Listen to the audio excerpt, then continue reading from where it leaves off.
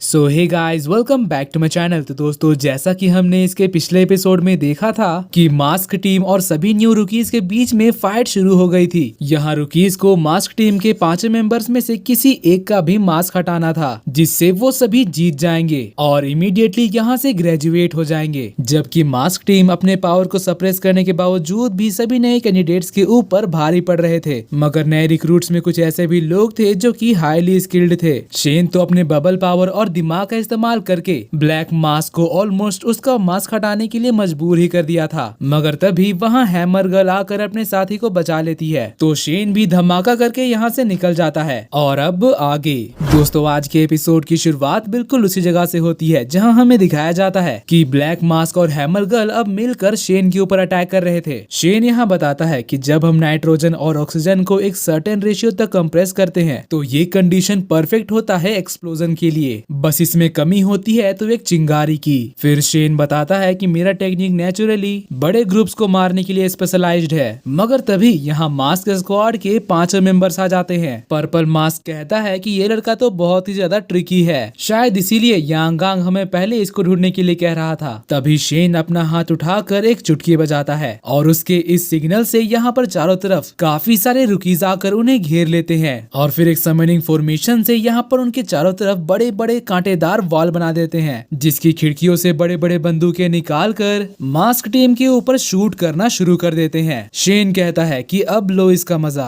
Purple mask उससे बचने के लिए तुरंत एक बैरियर बना लेता है। वहीं शेन अपने साथियों से कह रहा था कि इनके ऊपर तब तक गोली चलाते रहो जब तक ये लोग हार ना मान जाएं। मास्क स्क्वाड के लोग भी कहने लगते हैं कि अगर ऐसा ही चलता रहा तो हमारे लिए मुश्किल हो जाएगी। ग्रीन मास्क भी कहता है कि यहाँ पर आधे से ज्यादा नए रुकीज हैं, ये बंदा तो सच में एक कमाल का लीडर है। तभी ब्लू मास्क कहता है कि कैप्टन, अब आपके एक्शन करने का समय आ चुका है। फिर हमें दिखाया जाता है कि शेन बजूकास निकाल कर उनके ऊपर शूट करने लगता है। पर्पल मास्क कहता है कि कैप्टन जल्दी कुछ करिए। तो फिर कैप्टन जैसे ही अपना तलवार निकालता है, यहाँ का पूरा समय स्लो हो जाता है। क्रिस को भी उसकी एनर्जी महसूस होती है। वो कहता है कि फाइनली गॉड के अवतार का पहला मूव। कैप्टन आगे बढ़कर एक स्लैश मारता है, जिससे आसमान में कई सारे स्लैशेस आ जाते हैं, जो कि उनकी तरफ आने वाले हर एक बुलेट और बजूका को डिस्ट्रॉय कर देता है। मगर सिर्फ इतना ही नहीं, इससे वॉल फॉर्मेशन के साथ साथ वो पूरा बिल्डिंग डिस्ट्रॉय हो जाता है, जिसमें दबने की वजह से काफी सारे रुकीज एलिमिनेट हो जाते हैं। तभी हमें क्रिस को दिखाया जाता है, जो कि अपने दोस्तों से कह रहा था कि अब हमारी बारी आ चुकी है। वहीं मलबे के बीच में हमें चाओ युआन को दिखाया जाता है, जो कि अपना तलवार लेकर नीचे बैठ जाता है और कहता है कि मैं हार मानता हूँ, मुझे एलिमिनेट कर दो। जिस पर ग्रीन मास्क कहता है कि क्या तुम मेरे साथ लड़ने से डरते हो? तो चाओ युआन कहता है कि मैं तुम्हें मारना नहीं चाहता। फिर हमें शेन को दिखाया जाता है, जो कि ये देखकर काफी ज्यादा हैरान हो गया था कि उसके ऑलमोस्ट सभी साथी एलिमिनेट हो चुके हैं। कंप्यूटर में भी दिखाया जाता है कि अब सिर्फ 5 लोग ही बचे हैं। तभी हमें वहाँ पर एक गोल्डन बर्ड दिखाया जाता है, जिसके ब्लास्ट से यहाँ पर सभी का ध्यान उसके ऊपर चला जाता है। ग्रीन मास्क कहता है कि इस बार के नए रिक्रूट्स तो काफी ज्यादा एरोगेंट हैं। चलो कोई बात नहीं, मैं तुम्हारी ये इच्छा पूरी कर देता हूँ। मगर जैसे ही वो चाओ युआन को मारने ही वाला था कि तभी वहाँ पर जैस्मीन आ जाती है। फिर क्रिस और बाइली भी यहाँ आ जाते हैं। बाइली तो उसको मैजिकल रोप से बांधकर हवा में उठा देता है और बताता है कि देखो, मास्क स्क्वाड का कैप्टन आ रहा है। तो क्रिस बाइली से कहता है कि मैं इसकी जिम्मेदारी तुम्हारे ऊपर छोड़ता हूँ। तो फिर बाइली फुल स्पीड में उसको यहाँ से लेकर निकल जाता है। वहीं जैस्मिन ग्रीन मास्क के साथ फाइट कर रही थी। तभी वहाँ हैमर गर्ल आकर कहती है कि इसके साथ मुझे खेलने दो। अब इधर चाओ युआन बाइली से पूछता है कि आखिर उस लड़के का नाम क्या था। तभी बाइली के सामने मास्क स्क्वाड का एक और बंदा आ जाता है। तो बाइली युआन से कहता है कि अभी मुझे भागने में फोकस करने दो, ये सब मैं तुम्हें बाद में बताऊंगा। तभी मास्क स्क्वाड का वो बंदा गायब होकर बाइली के ऊपर अटैक करने आता है, मगर उसका बैरियर इतना ज्यादा पावरफुल था कि उसका तलवार ही टूट जाता है। फिर बाइली मास्क मैन से कहता है कि सॉरी, मैंने तुम्हें पहले बताया नहीं, मेरे चारों तरफ एक इनविजिबल प्रोटेक्शन बैरियर है, जिसका मतलब कि तुम मुझे कभी भी चोट नहीं पहुंचा सकते। और हमें दिखाया जाता है कि ये सब उसके फॉरबिडन नेकलेस की वजह से हो रहा था, जो कि $8 बिलियन का था। जिसके बाद फिर वो 2 और फॉरबिडन आइटम निकालता है, जिनकी कीमत $80 मिलियन थी। ये माइंड कंट्रोल से चलने वाले पावरफुल चक्र थे। फिर बाइली कहता है कि ये बंदा तो छिपने में काफी माहिर है। और फिर युआन से कहता है कि अगर तुम यहाँ पर फाइट नहीं कर रहे हो तो फिर हमारी टीम को हरवाओ भी मत। जब तक तुम इन रस्सियों के बीच में रहोगे तुम्हें कोई भी हर्ट नहीं कर सकता। और यहाँ हमें उन रस्सियों का दाम दिखाया जाता है जो कि 99 मिलियन डॉलर था। मगर बायली इतने से ही रुकने वाला नहीं था। वो अब एक और फॉरबिडन आइटम निकालता है जिसका नाम था जेंटलमैन्स आई और इसकी कीमत 1 बिलियन डॉलर थी। बायली बताता है कि मैं इसकी मदद से हर एक तरह के इल्यूजन को देख सकता हूँ और साथ ही किसी भी इल्यूजन से निकल सकता हूँ। वो अब अपने चक्रों से उस मास्क मैन के ऊपर भारी पड़ रहा था। वहीं मास्क मैन कहने लगता है कि आखिर इस मोटे के पास और कितने फॉरबिडन आइटम्स हैं। वहीं चाओ युआन फिर से बायली से पूछता है कि आखिर उसका नाम क्या था। तो बायली अब फाइनली उसको बता ही देता है कि उसका नाम लिन क्रिस है। और इसके बाद फिर बायली एक और ट्रेजर निकालता है जो कि था एक गोल्डन स्वॉर्ड। चाओ युआन को यहाँ पर अपने मास्टर की बात याद आने लगती है। उन्होंने कहा था कि तुम वहाँ एक नोबल पर्सन से मिलोगे जिसकी आंखों में जादू होगा और वही तुम्हें तुम्हारे पाप से मुक्ति दिलाएगा। चाओ युआन अब बायली के रोप सर्कल से बाहर निकल जाता है और अपनी तलवार उठाकर कहने लगता है कि मेरे साथ ही सोच रहे होंगे कि मैं एक भगोड़ा हूँ। तभी बायली का गोल्डन बर्ड ये चीज देख लेता है और कहता है कि आखिर तुम वहाँ से बाहर क्यों आए। जिसके जवाब में चाओ युआन कहता है कि मुझे अपना बैड इंप्रेशन चेंज करना है। फिर हमें एक फ्लैशबैक दिखाया जाता है जहाँ पर एक ऑफिसर चाओ युआन को बता रहा था कि क्योंकि तुम्हारे पावर्स काफी ज्यादा डेंजरस हैं इसीलिए हमारे ट्रेनिंग कैंप में तुम्हारे पावर्स को सप्रेस करने के लिए काफी चीजें लगी हुई है। फिर हमें ग्रीन मास्क को दिखाया जाता है जो कि चाओ युआन को देखकर कहने लगता है कि फाइनली तुमने अपना तलवार उठा ही लिया। तो चाओ युआन उससे कहता है कि क्या तुम मुझे अपने लीडर के पास ले जा सकते हो। जिस पर वो कहता है कि मेरे लीडर तक पहुंचने से पहले तुम्हें मुझे हराना पड़ेगा। तो चाओ युआन कहता है मुझे मंजूर है। ग्रीन मास्क कहता है कि बताइए मास्टर तो शुरुआत आप कैसे करना चाहोगे। जिसके जवाब में चाओ युआन कहता है कि मेरे मंत्र पढ़ने तक तुम्हारे पास यहाँ से भागने का समय है। तभी पर्पल मास्क कहता है कि आखिर वो धमाके वाला लड़का कहाँ गया। और उसके इतना कहते ही शेन धमाके के साथ उसके सामने आ जाता है और इतना घायल होने के बावजूद भी वो यहाँ पर्पल मास्क को बराबरी की टक्कर दे रहा था। जिसके बाद फिर हमें दिखाया जाता है कि अब रात हो चुकी थी। क्रिस को देखकर कैप्टन कहता है कि मैं तुम्हारा कब से इंतजार कर रहा था, गॉड मिकेल के अवतार। जिस पर क्रिस कहता है कि मैं तो बस एक रुकी हूँ। क्या तुम सच में मेरे खिलाफ उस लेजेंडरी तलवार को इस्तेमाल करके चीटिंग करने वाले हो। जिस पर कैप्टन कहता है कि मैं अपनी तलवार को यूज कर रहा हूँ तो इसमें चीटिंग कैसे हुआ। फिर इसके बाद क्रिस उसके ऊपर अटैक करने बढ़ता है। कैप्टन भी अपनी तलवार निकाल कर उसके ऊपर अटैक करने लगता है। तभी हमें एक फ्लैशबैक दिखाया जाता है जिसमें बायली क्रिस को बता रहा था कि कैप्टन के पावर्स टाइम को कंट्रोल करने का है। मगर सिर्फ इतना ही नहीं, उसके पास जो तलवार है वो बहुत ही ज्यादा पावरफुल है। वो तलवार ओपोनेंट के पावर्स को कंडेंस कर देता है और यूजर की एनर्जी तेजी से बढ़ाते जाता है। भले ही इसका यूजर मरने की हालत में हो तब भी ये ब्लैक स्वॉर्ड उसको पूरी ताकत देता है। तभी जैस्मिन कहती है कि अगर वो टाइम को कंट्रोल कर सकता है तो शायद तुम उसके अटैक्स को देख भी नहीं पाओगे। मगर क्रिस के पास भी गॉड मिकेल की आंखें थी।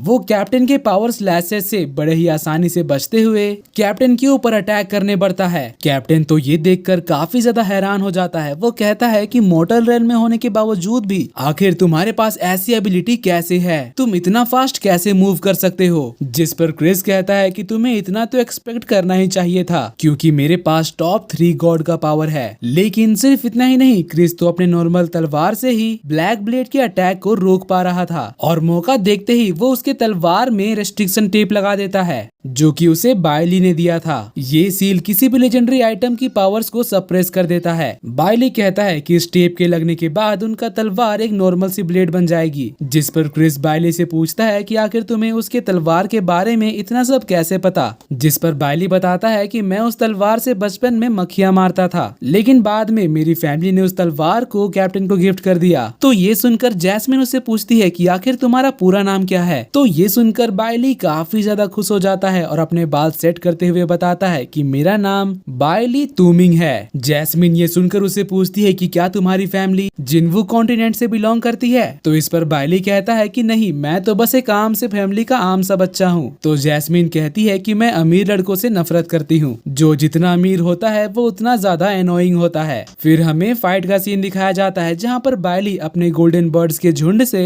मास्क मैन के ऊपर भारी पड़ रहा था। मगर मास्क मैन तो ये सोचकर परेशान हो रहा था कि आखिर ये लड़का इतने सारे गोल्डन बर्ड्स को ऐसे ही कैसे ब्लास्ट कर दे रहा है, क्योंकि गोल्डन बर्ड की कीमत तो $1,00,000 से शुरू होती है। फिर वो बाइली से पूछता है कि क्या तुम किसी अरबपति के बेटे हो? तो इसके जवाब में बाइली कहता है कि मैं एक आम फैमिली से बिलोंग करता हूँ, मुझे दोबारा कभी अमीर मत बोलना। तो फिर अब वो मास्क मैन गायब होकर बाइली के ऊपर अटैक करने बढ़ता है, मगर तभी बाइली गोल्डन बर्ड्स की मदद से यहाँ से उड़ जाता है और कहता है कि तुमसे फाइट करने का समय अब खत्म हो चुका है। जिसके बाद फिर हमें फ्लैशबैक में क्रिस का प्लान दिखाया जाता है, जिसमें वो बाइली से कह रहा था कि तुम बाकी जो बचे हुए रुकीज है उनके साथ मिलकर मास्क टीम के मेंबर्स के ऊपर एज अ टीम अटैक करना। जिसके बाद फिर हमें जैस्मिन और हैमर गर्ल के बीच का फाइट दिखाया जाता है। तभी ध्यान बटने की वजह से जैस्मिन के फेस में कट आ जाता है। यहाँ उसे भी क्रिस का बात याद आता है, जो कि उससे कह रहा था कि जैस्मिन इतनी ज्यादा स्किल्ड है कि वो मास्क टीम के किसी भी मेंबर से फाइट कर सकती है। हैमर गर्ल भी कहने लगती है कि सिस्टर अब तो मैं तुम्हें और भी पसंद करने लगी हूँ। वहीं बात करें पर्पल मास्क की, तो वो शेन से बचते हुए अब भाग रहा था, मगर शेन उसको छोड़ने वाला नहीं था। वो एक धमाके से उसको नीचे गिरा देता है। पर्पल मास्क कहने लगता है कि ये लड़का तो सच में टैलेंटेड है, मगर ये फाइट तो मैं ही जीतूंगा। और इतना कहने के बाद वो शेन के ऊपर कई सारे पोर्टल्स बनाता है और उसमें से बड़ी बड़ी तलवारें निकल कर शेन के ऊपर अटैक करने बढ़ती हैं। जिससे बचने के लिए शेन यहाँ पर एक बबल का बैरियर बनाता है और कहता है कि मुझे तो पहले से ही पता था तुम उतने अच्छे फाइटर नहीं हो, मुझे तुम्हारे कैप्टन वांग मिंग से फाइट करना चाहिए था। अब यहाँ हमें फिर से फ्लैशबैक दिखाया जाता है, जहाँ पर क्रिस कह रहा था कि मैं वांग मिंग से फाइट करूंगा क्योंकि वही मास्क टीम में सबसे ज्यादा पावरफुल है। वहीं इधर ग्रीन मास्क चाओ युआन से कह रहा था कि आखिर तुम्हारा ये मंत्र जाप कब खत्म होगा, डरो मत, इस फाइट में मैं तुम्हें जान से नहीं मारने वाला। जिस पर चाओ युआन कहता है कि ठीक है अब तैयार हो जाओ। और इतना कहते ही जैसे ही वो अपनी तलवार निकालता है, हेल की पावर्स उसके ऊपर हावी होने लगती है और वो खुद हेल का एक इविल गॉड में ट्रांसफॉर्म हो जाता है। उसकी ऑरा काफी ज्यादा पावरफुल और इविल थी। वो यहाँ जोर जोर से हंसने लगता है और जैसे ही उसकी नजर ग्रीन मास्क पर पड़ती है, वो तेजी से जाकर उसके ऊपर अपने स्वॉर्ड से हमला करता है।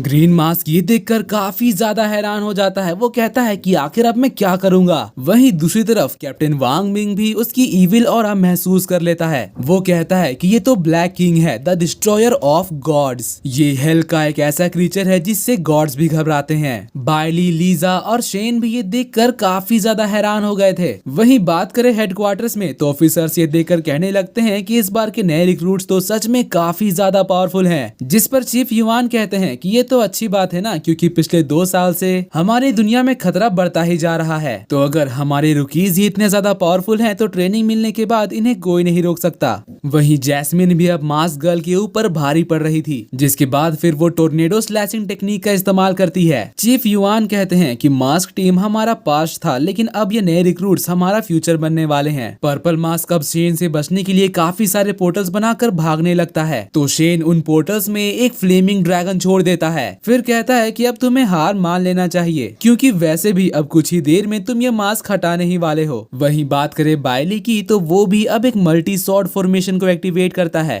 तभी वहाँ युआन से बचते हुए ग्रीन मास्क भी आ गया था और वो अपने साथी को उठाकर भागने लगता है। पर्पल मास्क अपने साथी से कहता है कि मुझे ऐसा क्यों लग रहा है कि इस बार हम रुकीज से हारने वाले हैं। युआन हंसते हुए उनकी तरफ बढ़ता है और एक पावर स्लैश मारता है, तो उससे बचने के लिए ग्रीन मास्क ग्रेविटी को रिवर्स करके ऊपर आसमान में पहुंच जाता है। तो फिर चाओ युआन अब अपने डीमंस को उनके पीछे भेज देता है। तभी वहाँ बाइली आता है और उसकी तारीफ करने लगता है, मगर युआन तो बाइली के ऊपर ही अटैक करने लगता है। बाइली कहता है कि क्या तुम पागल हो गए हो, अपने ही साथी के ऊपर कौन अटैक करता है। वहीं इधर ग्रीन मास्क कह रहा था कि अब तो सिर्फ कैप्टन के ऊपर डिपेंड करता है कि हम ये फाइट जीतेंगे या हारेंगे। लेकिन इधर क्रिस भी कैप्टन के साथ बराबरी का फाइट कर रहा था। लेकिन तभी कैप्टन उसको बताते हैं कि तुमने जो फोरबिडन सील मेरे तलवार के ऊपर लगाया था, उसका टाइम अब खत्म हो चुका है। और इतना कहते ही क्रिस के ऊपर मल्टी स्लैश अटैक करता है।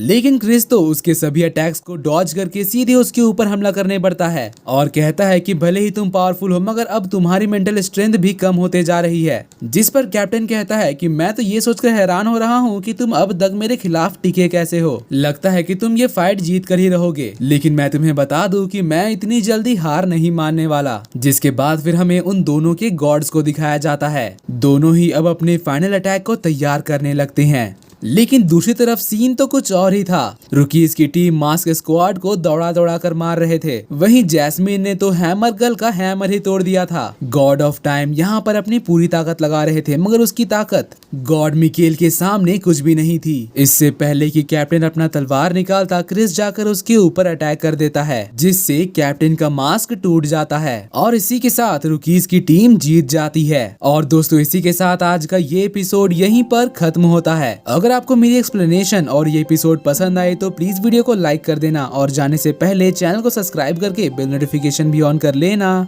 ताकि जैसे ही इसका नेक्स्ट एपिसोड आए तो आपको सबसे पहले पता चल जाए। तो मिलते हैं आपसे अगली वीडियो में, तब तक के लिए bye bye, be happy, be safe and thanks for watching.